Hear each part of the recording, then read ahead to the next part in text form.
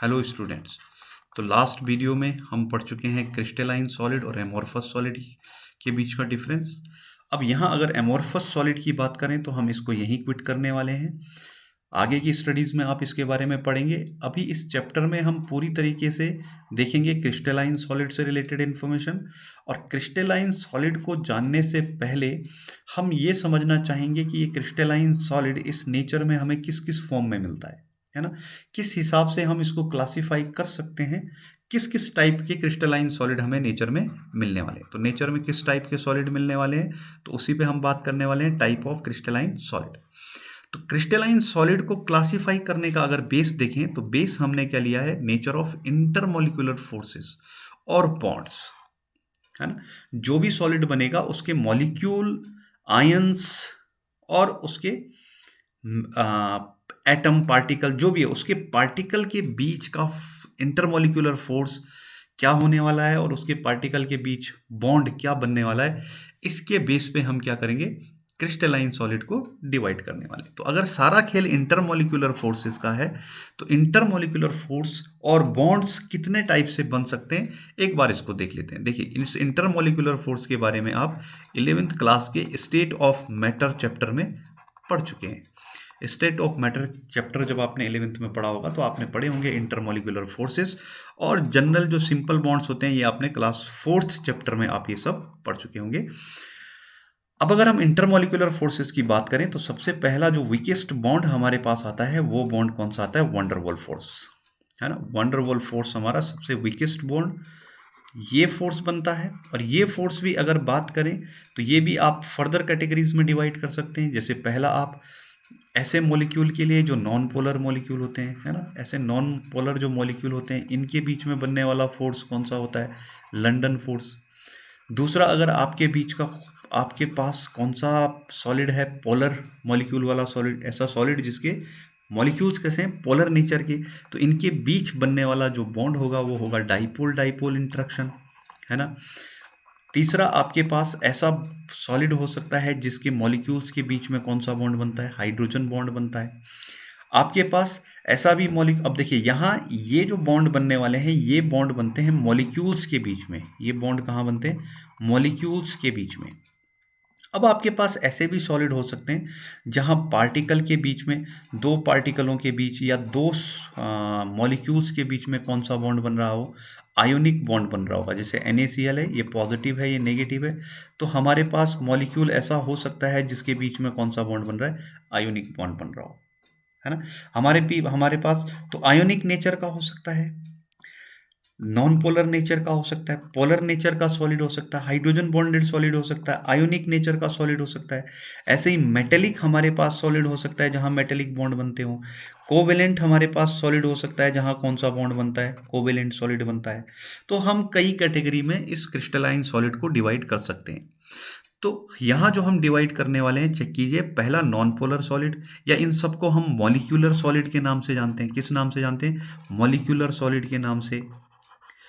तो बनने वाले बॉन्ड के बेस पे, है ना, ये जो कॉन्स्टिट्यूएंट पार्टिकल थे जिससे सॉलिड बना है, इन कॉन्स्टिट्यूएंट पार्टिकल के बीच का जो बॉन्ड होगा, इसी बॉन्ड के नेचर पे हमने क्या किया है, क्रिस्टलाइन सॉलिड को डिवाइड किया है।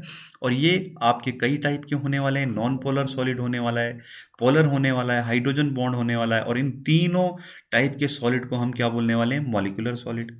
आयोनिक सॉलिड होने वाला है, मेटेलिक होने वाला है, और कोवेलेंट। तो आगे की स्लाइड में देखते हैं ये किस किस टाइप के होते हैं और इनके बीच का डिफरेंस क्या है। तो सबसे पहले हम जिस सॉलिड की बात करने वाले हैं वो है हमारे पास मॉलिक्यूलर सॉलिड। मॉलिक्यूलर सॉलिड की अगर बात करें तो इस मॉलिक्यूलर सॉलिड के जो कॉन्स्टिट्यूएंट पार्टिकल्स होने वाले हैं वो कौन से होने वाले हैं, मॉलिक्यूल्स। ठीक है, तो अभी अभी हमने बात करी थी कि अगर मॉलिक्यूल्स कॉन्स्टिट्यूएंट पार्टिकल हैं तो ऐसे केस में मॉलिक्यूल्स के बीच में लगने वाले जो फोर्स होते हैं, या तो कौन सा फोर्स होता है, आपका लंदन फोर्स हो सकता है जिसको आप डिस्पर्सन फोर्स बोलते हैं, या तो आपके पास डाइपोल डाइपोल इंटरेक्शन फोर्स हो सकता है ना, या तो आपके पास क्या हो सकता है, हाइड्रोजन बॉन्ड हो सकता है। तो इतने प्रकार के फोर्सेस हो सकते हैं, और डाइपोल डाइपोल इंटरेक्शन अगर होता है तो हम इस सॉलिड का नाम दे देते हैं पोलर मॉलिक्यूलर सॉलिड। अगर लंडन फोर्स इनके बीच बनता है तो हम इस सॉलिड का नाम दे देते हैं नॉन पोलर मॉलिक्यूलर सॉलिड। और अगर हाइड्रोजन बॉन्ड इनके बीच बनता है तो हम इसको बोल देते हैं हाइड्रोजन बॉन्डेड मॉलिक्यूलर सॉलिड। तो बेस हमने क्या लिया है, बॉन्ड का। तो इनको थोड़ा सा डीप पढ़ते हैं। मॉलिक्यूलर सॉलिड की अगर हम बात करें तो मॉलिक्यूलर सॉलिड को बॉन्ड के बेस पे, इंटरमॉलिक्यूलर फोर्स ऑफ अट्रैक्शन के बेस पे हमने इनको 3 पार्ट में डिवाइड किया था, non polar molecule, polar molecule और हाइड्रोजन बॉन्डेड मॉलिक्यूल। तो या तो ये नॉन पोलर मॉलिक्यूलर सॉलिड होगा, पोलर होगा, या तो हाइड्रोजन बॉन्डेड मॉलिक्यूलर सॉलिड होगा। अगर नॉन पोलर मॉलिक्यूलर सॉलिड की बात करें तो ऐसे मॉलिक्यूल जिनके बीच में किसी भी प्रकार का कोई अट्रैक्शन नहीं है, पोलर अट्रैक्शन नहीं है, चार्ज का अट्रैक्शन नहीं है। तो ऐसे मॉलिक्यूल जहां चार्ज नहीं मिलते हैं, ये कौन कौन से मिलते हैं? देखिए, आप अक्रिय गैसें ले लो, नोबल गैसेस ले लो, हीलियम ले लो, ऑर्गन ले लो, है ना। ये कैसे मॉलिक्यूल हैं जिनके बीच में चार्ज डिस्ट्रीब्यूट नहीं हो सकता, चार्ज की वजह से अट्रैक्शन फोर्स नहीं हो सकता। दूसरा आप देखिए, यहाँ ले लीजिए H2 ले लीजिए, Cl2 ले लीजिए, I2 ले लीजिए। इनके बीच भी देखिए, दोनों पार्टिकल किसके हैं? हाइड्रोजन के हैं। दोनों का इलेक्ट्रोनेगेटिविटी क्या है? सेम। तो टोटल फोर्स ऑफ अट्रैक्शन क्या हो जाएगा? जीरो। तो जहां इलेक्ट्रोनेगेटिविटी का डिफरेंस पूरा क्या हो जाता है? जीरो हो जाता है। ऐसे कंडीशन में कौन सा फोर्स ऑफ अट्रैक्शन होता है? London force. कौन सा फोर्स ऑफ अट्रैक्शन होता है? London force. ठीक है। और ये लंडन फोर्स सबसे वीक फोर्स है, इसको आप वीकेस्ट फोर्स बोल सकते हैं किसी भी मॉलिक्यूल के बीच लगने वाला। इसका एक और नाम है जिसको हम बोलते हैं डिस्पर्सन फोर्स, है ना। डिस्पर्सन फोर्स के नाम से भी इसको जाना जाता है। तो ऐसे मॉलिक्यूल जिनके बीच का इलेक्ट्रोनेगेटिविटी डिफरेंस हो जीरो, जिनके बीच में बनते हो लंडन फोर्स, ऐसे मॉलिक्यूल को बोला जाता है नॉन पोलर मॉलिक्यूल्स। और सॉलिड की अगर बात करें तो जहां लंडन फोर्स बनेंगे ऐसे सॉलिड्स को हम क्या बोलेंगे? Non polar molecular solid. जैसे ऑर्गन, हीलियम, हाइड्रोजन, क्लोरीन और आयोडीन के सॉलिड। अगर मैं यहाँ पे हाइड्रोजन के सॉलिड की बात करूँ तो देखिए, इस तरह यहाँ पे हाइड्रोजन, यहाँ भी हाइड्रोजन आने वाला है। इस तरीके से आप एक सॉलिड का फॉर्मेशन कर सकते हैं, H2 H2 H2 H2 H2 और H2। तो ये जो सॉलिड बनेगा, अब देखिए, इस मॉलिक्यूल के ऊपर जो टोटल चार्ज है वो भी जीरो है। इस मॉलिक्यूल के ऊपर भी किसी प्रकार का कोई चार्ज इनके ऊपर नहीं मिलने वाला है। इसलिए इनके बीच अट्रैक्शन फोर्स क्या होने वाला है? बहुत कम। कोई बॉन्ड इनके बीच नहीं बन रहा है। तो जब कहीं मॉलिक्यूल के बीच में किसी भी टाइप का बॉन्ड बनता हुआ ना दिखे तो हम बोलते हैं कि इनके बीच बनने वाला बॉन्ड कौन सा है? लंडन। लंडन फोर्स इन दोनों के बीच लगने वाला है। तो लंडन फोर्स ऑफ अट्रैक्शन है ना। फोर्स ऑफ अट्रैक्शन का नाम क्या है? लंडन। तो ऐसे केस में जो बॉन्ड बनेगा उस बॉन्ड को हम बोलते हैं नॉन पोलर बॉन्ड। क्या बोलते हैं? Non polar bond. तो नॉन पोलर बॉन्ड बनने की वजह से इनको हमने क्या बोला? Non polar molecular solid. दूसरा केस अगर हम देखें तो अब मॉलिक्यूल्स में क्या आने वाली है? पोलैरिटी। पोलैरिटी आप समझते होंगे। एग्जाम्पल के लिए अगर हम ले लें HCl, है ना, तो हाइड्रोजन की इलेक्ट्रोनेगेटिविटी और क्लोरीन की इलेक्ट्रोनेगेटिविटी दोनों हाईली इलेक्ट्रोनेगेटिव एटम है, लेकिन क्लोरीन थोड़ा सा ज़्यादा इलेक्ट्रोनेगेटिव है और हाइड्रोजन थोड़ा कम। ना तो ये इलेक्ट्रॉन डोनेट करना पसंद करता है, ना ये इलेक्ट्रॉन डोनेट करना पसंद करता है इस केस में। तो ऐसी कंडीशन में जब हाइड्रोजन और क्लोरीन के बीच बॉन्ड बनेगा तो इलेक्ट्रॉन डेंसिटी किधर शिफ्ट हो जाती है? क्लोरीन की तरफ। और क्लोरीन पे आ जाता है स्लाइटली नेगेटिव और हाइड्रोजन पे आ जाता है स्लाइटली पॉजिटिव। तो जब एक ही कंपाउंड के दो अलग अलग पार्टिकल पे इस तरीके से चार्ज जनरेट होता है तो ऐसे केस को हम बोलते हैं मॉलिक्यूल पे पोलैरिटी आना। ठीक है। तो मॉलिक्यूल पोलर हो चुका है। अब जब मॉलिक्यूल पोलर होगा तो उनके बीच, उनकी वजह से जो सॉलिड बनेगा उसको क्या बोलेंगे? Polar molecular solid. अब देखिए, ये मॉलिक्यूल पोलर हुआ, इस पे दो पोल जनरेट हो गए। एक पोल हुआ पॉजिटिव और एक पोल बना नेगेटिव। तो दो पोल बनने की वजह से हम इसको बोलते हैं डाइपोल। मॉलिक्यूल क्या बन चुका है? डाइपोल। अब एक HCl मेरा ये है, एक HCl ये है, एक HCl यहाँ लगा दो। इसी तरीके से यहाँ भी HCl, यहाँ भी HCl, यहाँ भी HCl, इसी तरीके से सॉलिड बनेगा। इस पे स्लाइटली पॉजिटिव है, इस पे slightly negative, slightly positive, slightly negative, slightly positive, slightly negative. तो ये नेगेटिव चार्ज किसको अट्रैक्ट करता है? इस पॉजिटिव को। एक डाइपोल का इंटरेक्शन या अट्रैक्शन होता है किसके लिए? दूसरे डाइपोल के लिए। एक डाइपोल का अट्रैक्शन है दूसरे डाइपोल के लिए, इसलिए ऐसे फोर्स को बोलते हैं हम डाइपोल डाइपोल अट्रैक्शन फोर्स या डाइपोल डाइपोल इंटरेक्शन। ठीक है, ये जो फोर्स यहां जनरेट हो रहा है इसको हमने क्या नाम दिया? Dipole dipole interaction. तो अगर डाइपोल डाइपोल इंटरेक्शन होता है तो कौन सा सॉलिड बनेगा? Polar molecular solid. Dipole dipole interaction कहां होता है? जब मॉलिक्यूल क्या हो जाते हैं? पोलर। क्लियर है? अगर पोलैरिटी जीरो है, अगर कोई चार्ज नहीं है, जहां कोई फोर्स बनना पॉसिबल नहीं लग रहा है, वहां कौन सा फोर्स लगता है? लंडन फोर्स और डिस्पर्सन फोर्स। तो अगर डिस्पर्सन फोर्स है तो मॉलिक्यूल जो बनेगा वो नॉन पोलर होगा, और ऐसे सॉलिड को हम क्या बोलेंगे? Non polar molecular solid. अगर डाइपोल मॉलिक्यूल में डाइपोल जनरेट हो रहा है तो दो डाइपोल वाले मॉलिक्यूल के बीच बनने वाला फोर्स क्या कहलाएगा? Dipole dipole interaction. अब तीसरा हमारे पास है हाइड्रोजन। अब यहाँ HCl ले सकते हैं आप, सल्फर डाइऑक्साइड ले सकते हैं। यहाँ भी देखिए सल्फर और ऑक्सीजन की इलेक्ट्रोनेगेटिविटी में बहुत ज़्यादा डिफरेंस नहीं है, तो ना ये इलेक्ट्रॉन डोनेट करना पसंद करेगा ना ये। तो दोनों जब बॉन्ड बनाएंगे तो ऑक्सीजन सल्फर से इलेक्ट्रॉन डेंसिटी को अपनी तरफ खींचेगा, क्योंकि ज़्यादा इलेक्ट्रोनेगेटिव है।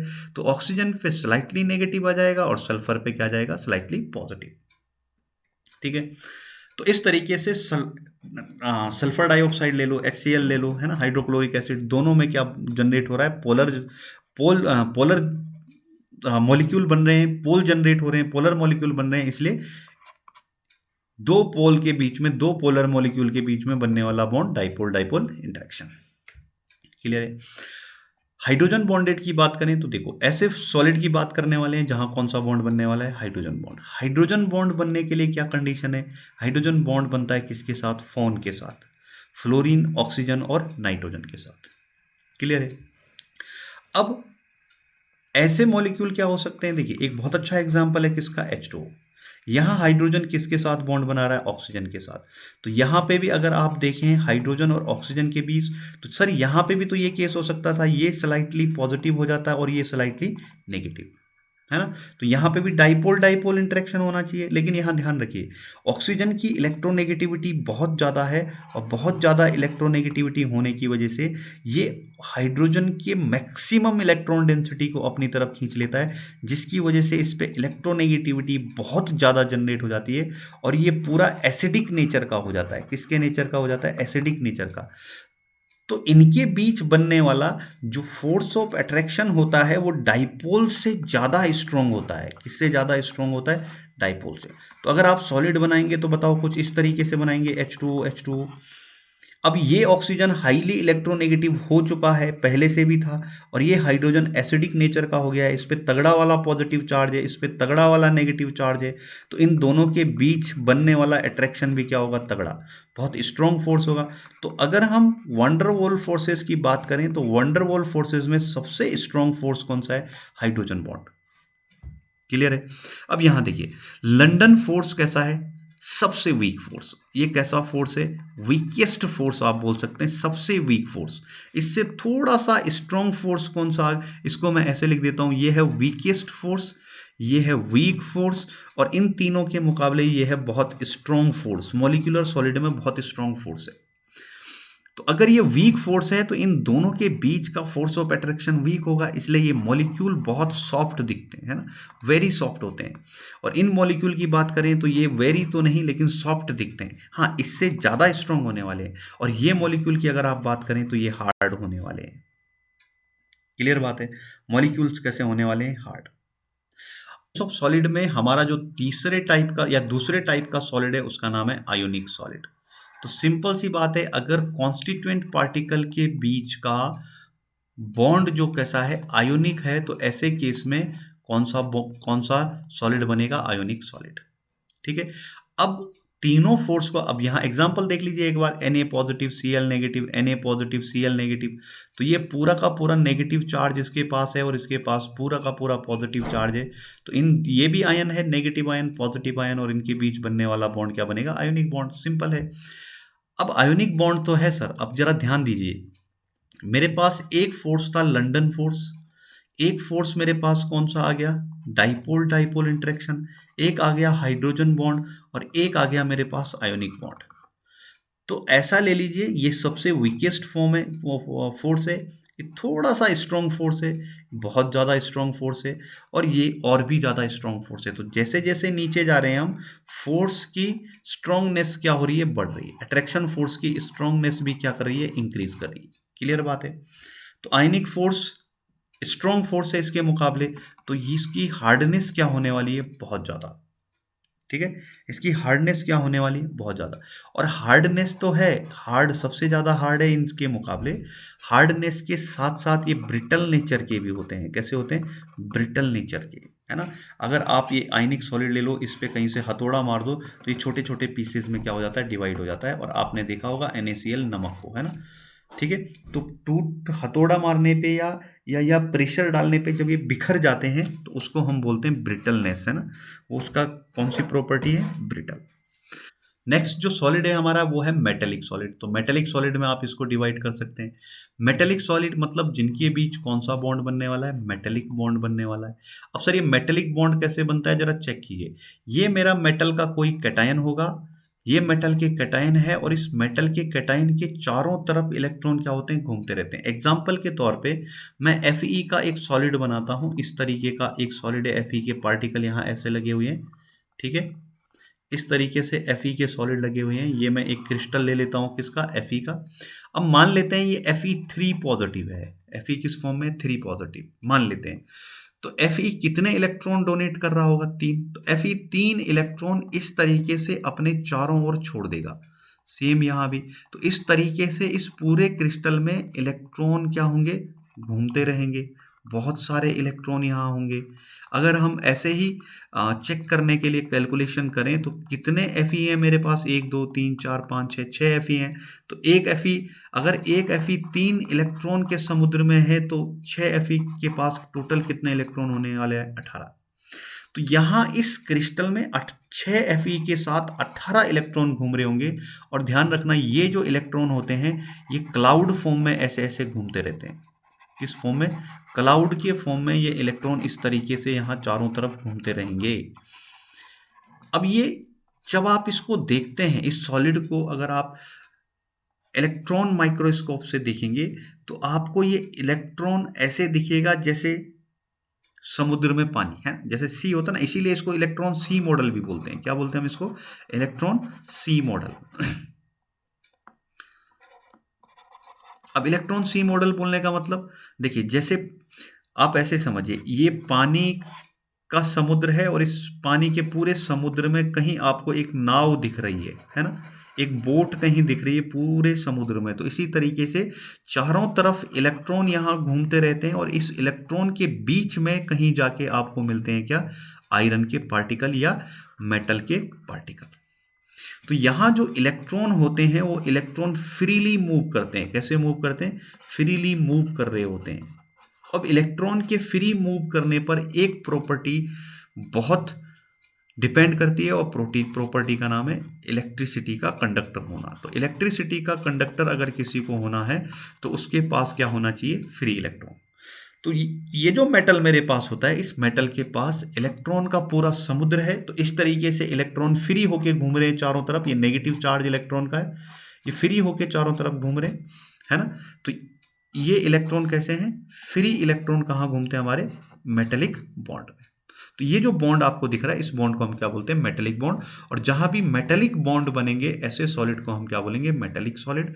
एग्जाम्पल के लिए Fe आपने देख लिया, Fe के साथ आप जितने भी मेटल्स हैं, बहुत सारे मेटल्स हैं ना, रिएक्टिविटी सीरीज आपने पढ़ी है, इलेक्ट्रोकेमिकल सीरीज में बहुत सारे मेटल पढ़े हैं। तो जितने भी मेटल्स हैं उनको कौन सा बॉन्ड बनाते हैं, मेटेलिक बॉन्ड। क्लियर है। अगला अगर हम देखें तो नेक्स्ट टाइप का जो हमारा सॉलिड है उसको बोलते हैं हम कोवेलेंट सॉलिड। और सिंपल सी बात है, ये सॉलिड वो मॉलिक्यूल बनाने वाले हैं जिनके बीच कौन सा बॉन्ड बनता है, कोवेलेंट बॉन्ड। अब कोवेलेंट बॉन्ड आप जानते हैं कि कोवेलेंट बॉन्डिंग किससे बनता है, शेयरिंग से, और शेयरिंग करने वाले बहुत कम कंपाउंड होते हैं। आपको एक बहुत अच्छा एग्जांपल दे देता हूँ कार्बन फैमिली का। कार्बन फैमिली में भी कार्बन और सिलिकॉन ये वाला बिहेवियर ज़्यादा रखते हैं, ठीक है। अब बहुत सारे बॉन्ड बनाने की वजह से यहाँ देखिए ये कार्बन एक नेटवर्क जैसा स्ट्रक्चर बनाता है, इसलिए इन सॉलिडों को नेटवर्क सॉलिड भी बोला जाता है ना। क्या बोला जाता है, नेटवर्क सॉलिड। तो ऐसे मॉलिक्यूल जिनके बीच कोवेलेंट बॉन्ड बनेगा उनको हम क्या बोलने वाले, नेटवर्क सॉलिड और कोवेलेंट सॉलिड। एग्जाम्पल के लिए इस तरीके का इनके बीच स्ट्रक्चर बन जाता है। अब ये दिखाने का एक सरल तरीका है, लेकिन एक्चुअल में अगर आप डायमंड को देखें, है ना, तो ये AB4 टाइप का स्ट्रक्चर बनाता है, ठीक है। AB4 का मतलब समझ रहे हैं, टेट्राहेड्रल स्ट्रक्चर बनाता है कौन, डायमंड। और अगर हम ग्रेफाइट की बात करें तो ये किस टाइप का स्ट्रक्चर बनाता है, हेक्सागोनल टाइप का स्ट्रक्चर बनाता है, या आप बोल सकते हैं ट्राइगोनल। ट्राइगोनल स्टार्टिंग में बनाता है और जो फाइनल स्ट्रक्चर दिखता है आपको कैसा दिखता है, हेक्सागोनल टाइप। तो ये ग्रेफाइट का स्ट्रक्चर है, ये डायमंड का। तो अगर इन जनरल अगर हम देखें तो जनरल कंपैरिजन हम इन सॉलिड का कर लेते हैं। तो इन सभी सॉलिड्स के बारे में एक बार हम जनरल स्टडी देख लेते हैं। हमने देखा कि जो टाइप्स ऑफ क्रिस्टलाइन सॉलिड होते हैं, इनके जो जो क्लासिफाई हमने जो टाइप हमने देखे हैं वो देखा है molecular solid, ionic solid, metallic solid और कोवेलेंट सॉलिड। 4 टाइप के देखें। मॉलिक्यूलर सॉलिड को फर्दर हमने डिवाइड किया था किसमें, non polar solid, polar solid और हाइड्रोजन बॉन्डेड सॉलिड में। तो इनके बीच का अगर हम फोर्स ऑफ अट्रैक्शन देखें तो नॉन पोलर के बीच में कौन सा फोर्स ऑफ अट्रैक्शन है, लंडन फोर्स यहाँ दिखने वाला है। पोलर के बीच में क्या दिखने वाला है हमें, डाइपोल डाइपोल इंटरेक्शन दिखने वाला है। हाइड्रोजन बॉन्डेड के बीच में हमें क्या दिखने वाला है, हाइड्रोजन बॉन्ड दिखने वाला है। आयोनिक सॉलिड के बीच में कौन सा बॉन्ड दिखने वाला है, आयोनिक बॉन्ड दिखने वाला है। मेटेलिक सॉलिड के बीच में कौन सा बॉन्ड दिखने वाला है, मेटेलिक दिखने वाला है। और कोवेलेंट के बीच में कौन सा बॉन्ड दिखने वाला है, कोवेलेंट दिखने वाला है। कोवेलेंट सॉलिड को नेटवर्क सॉलिड भी बोला जाता है, ये चीज ध्यान रखिएगा, क्योंकि जब कोवेलेंट सॉलिड में शेयरिंग होती है तो वो एक नेटवर्क जैसा स्ट्रक्चर बनाता है, ठीक है। तो ये पहला पॉइंट। अगर आपको ये बॉन्ड याद हो गया कि इनके बीच में कौन सा बॉन्ड बनता है और क्यों बनता है, तो इट्स वेरी इजी। एग्जांपल के लिए देखो, लंडन फोर्स की अगर बात करें तो हमने कहा ऐसे मॉलिक्यूल जो नॉन पोलर है ना, हाइड्रोजन, दोनों हाइड्रोजन एटम है तो टोटल इलेक्ट्रोनेगेटिविटी 0। I2 ले लो, ऑर्गन ले लो, है ना, हीलियम ले लो, तो ये सारे के सारे कैसे नॉन पोलर मॉलिक्यूल है। पोलर की बात करो तो देखो HCl ले लो, आप क्या ले सकते हैं, सल्फर डाइऑक्साइड ले लो। हाइड्रोजन बॉन्डेड की बात करें तो H2O ले लो, अमोनिया ले लो, है ना। लेकिन यहाँ सॉलिड देख रहे हैं तो इसलिए हम सारे एग्जाम्पल एक साथ नहीं देख रहे।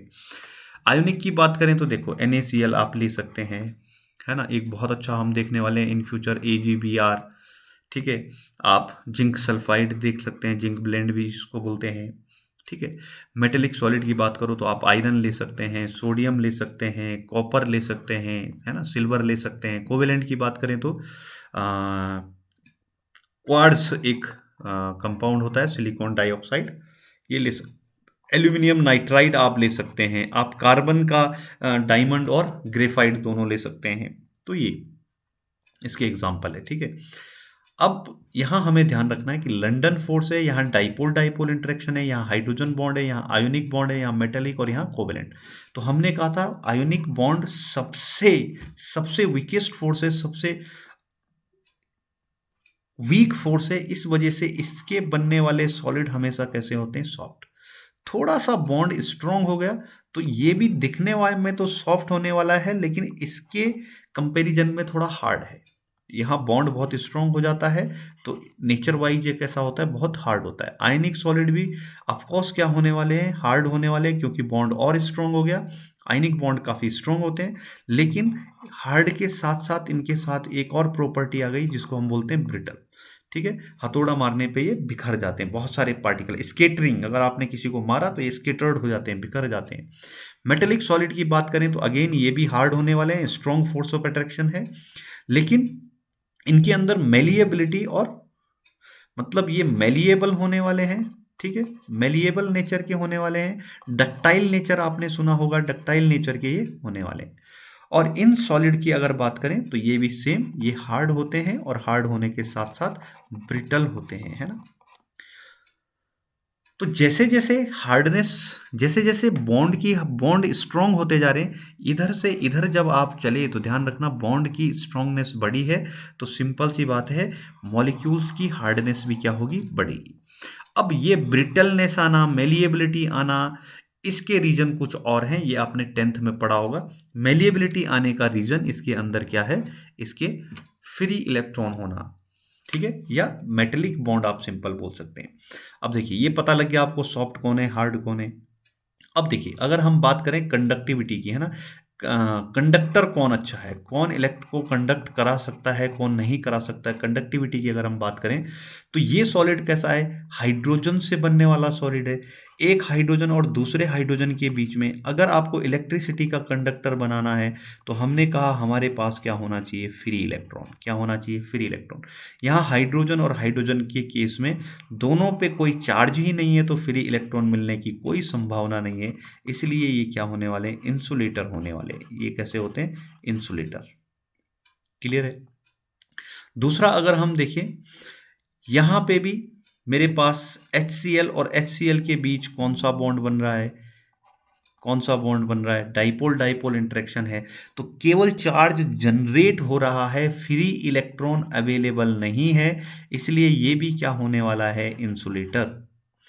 हाइड्रोजन बॉन्डेड की फोर्स की बात करें तो यहाँ भी हाइड्रोजन बॉन्ड में H2 और H2O के बीच हाइड्रोजन बॉन्ड है, इसलिए यहाँ भी फ्री इलेक्ट्रॉन अवेलेबल ना होने की वजह से ये भी क्या होने वाले हैं, इंसुलेटर। ठीक है। यहाँ अगर हम देखें तो सोडियम और क्लोरीन के बीच भी फ्री इलेक्ट्रॉन अवेलेबल नहीं है, इसलिए ये भी क्या होने वाले हैं, इंसुलेटर। लेकिन अगर इसका सॉल्यूशन बनाते हैं तो क्लोरीन आयन अलग हो जाता है, और अगर वाटर में इसको डिसॉल्व करते हैं और सोडियम आयन अलग हो जाता है, ऐसी कंडीशन में क्लोरीन पे फ्री इलेक्ट्रॉन क्या होता है, अवेलेबल होता है ना। जब इसका आप वाटर में सॉल्यूशन बनाएंगे, ठीक है, गलित अवस्था है ना, मोल्टन स्टेट अगर आप बोलें, तो ऐसी कंडीशन में इसके पास क्या होता है, Cl के पास फ्री इलेक्ट्रॉन होता है, तो उस कंडीशन में ये क्या हो जाता है, इंसुलेटर की जगह क्या हो जाता है, कंडक्टर का काम करता है। किसका काम करता है, कंडक्टर का काम करता है। बात समझ में आई। सोडियम क्लोराइड अगर ड्राई स्टेट में है तो इसके पास किसी प्रकार का कोई कंडक्टेंस नहीं है, फ्री इलेक्ट्रॉन अवेलेबल नहीं है, लेकिन जब वाटर के साथ इसको सॉल्युबल करते हैं तो Cl आयन क्या हो जाता है, फ्री हो जाता है, और इसके पास फ्री इलेक्ट्रॉन अवेलेबल होने की वजह से कंडक्टर बन जाता है। मेटल हमने बोला, मेटल तो इलेक्ट्रॉन का C मॉडल है, यहाँ तो इलेक्ट्रॉन घूमते रहते हैं, इसलिए फ्री इलेक्ट्रॉन अवेलेबल होने की वजह से ये भी कैसा है, कंडक्टर ऑफ इलेक्ट्रिसिटी। अगर हम कोवेलेंट सॉलिड की बात करें तो इसमें डायमंड जैसा स्ट्रक्चर की अगर बात करें तो डायमंड में तो किसी प्रकार का फ्री इलेक्ट्रॉन अवेलेबल नहीं होता है, इसलिए ये तो क्या है, इंसुलेटर। जनरली ये इंसुलेटर ही होते हैं। लेकिन ग्रेफाइट जैसे मॉलिक्यूल की बात करें तो जहाँ पाई बॉन्ड जनरेशन होने की वजह से, पाई बॉन्ड के जनरेट होने की वजह से यहाँ फ्री इलेक्ट्रॉन अवेलेबल होता है, इसलिए ग्रेफाइट यहाँ किसका काम करता है, कंडक्टर का काम करता है। तो यहाँ जनरली सारे के सारे पार्टिकल, सारे के सारे सॉलिड क्या होते हैं, इंसुलेटर होते हैं, लेकिन कुछ सॉलिड किसका काम करते हैं, कंडक्टर का काम करते हैं। दूसरा देखिए, एक और मैं बात कर लेता हूं मेल्टिंग और बॉइलिंग पॉइंट की। देखिए अगर बॉन्ड कैसा है, सॉफ्ट है, वीक है, तो वीकेस्ट बॉन्ड है तो तोड़ना इजी होगा, तो इसके मेल्टिंग पॉइंट कैसे होंगे, वेरी लो। अब जैसे जैसे जा रहे हैं तो क्या हो रहा है, बॉन्ड स्ट्रांग होता जा रहा है, तो मेल्टिंग पॉइंट सबसे कम, फिर मेल्टिंग पॉइंट इंक्रीज करेगा, वेरी लो से लो आ जाएगा, है ना। फिर जैसे यहाँ आएंगे तो यहाँ थोड़ा सा इंक्रीज करेगा, लेकिन कैसे होते हैं, लो होते हैं। अगर यहाँ आए तो यहाँ मेल्टिंग पॉइंट क्या हो जाते हैं, हाई हो जाते हैं, यहाँ मेल्टिंग पॉइंट क्या हो जाएंगे, हाई। अगर यहाँ बात करें तो यहाँ हम लिख सकते हैं फेयरली हाई होते हैं, ठीक ठाक उच्च होते हैं। और इसकी बात करें तो ये क्या होते हैं, वेरी हाई। ठीक है, ये कैसे हो जाते हैं, वेरी हाई। तो सीधी सी बात है, इन चारों सॉलिड में डिफरेंस अगर आपको देखना है तो आपको बस इतना समझना होगा कि इनके बीच बनने वाले बॉन्ड कैसे हैं। ठीक है, अगर सर आपको समझ में आता है कि सॉलिड मेलिएबल क्यों होते हैं, डक्टाइल क्यों होते हैं, तो वेरी गुड। अगर आपको ये क्लियर समझ में नहीं आता है तो कोई टेंशन नहीं है, आपको बस कमेंट करना होगा, आपको मैं ये डीप स्टडी करवा दूंगा। तो मिलते हैं सर अगले वीडियो में, तब तक के लिए सी यू।